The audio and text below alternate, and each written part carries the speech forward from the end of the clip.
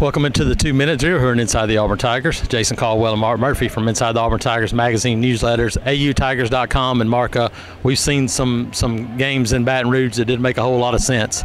I don't know that we've seen one that made less sense than this one did today. Auburn, we dominated the game. Auburn's a better football team than LSU, but when you let a team off the hook, as Auburn did, you saw what can happen on the road. Yeah, the momentum really changed.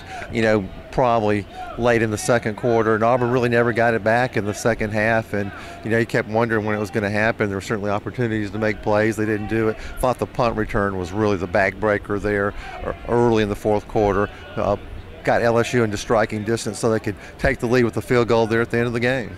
Mark, one thing we've talked about, and we've talked about for a couple of years, is Auburn being aggressive on first down, making teams pay for stacking the box, stacking the line of scrimmage. Auburn was able to run the football and run it successfully in that first quarter and a half.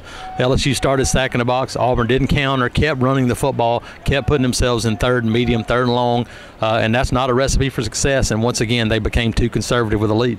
You're right, and even doing that, Jason, they still had chances. There were some plays to be made. Their guys were open, or the pass wasn't there, they dropped the ball, or there's times when they were running the little reverse play. If they just handed the ball off to the reverse man, it was wide open for yardage, and just a lot of bad decisions made in the second half.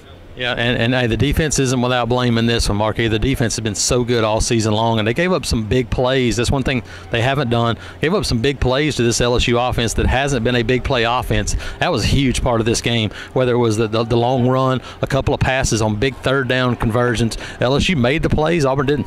You're right, and a couple of those passes were not all that impressive. They're just sort of thrown up for grabs, and the LSU receivers looked back and caught the ball, and that's on the Auburn defensive backs.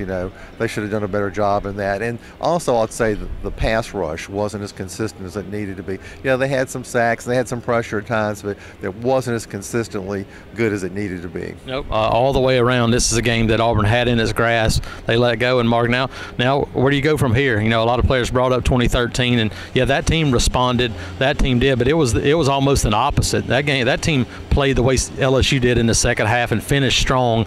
You just never know how a team's going to respond after one like this. Yeah, that team just ran out of time in 2013. I mean, they were the aggressor in the second half and playing well, and but this was not the case today here, Jason. LSU was the aggressor in the second half, and as a result, kept the winning streak going over Auburn in games in Tiger Stadium. Absolutely, and once again we leave Baton Rouge with more questions than answers about this Auburn team, and with a team that's pretty beat up on both sides of the ball now.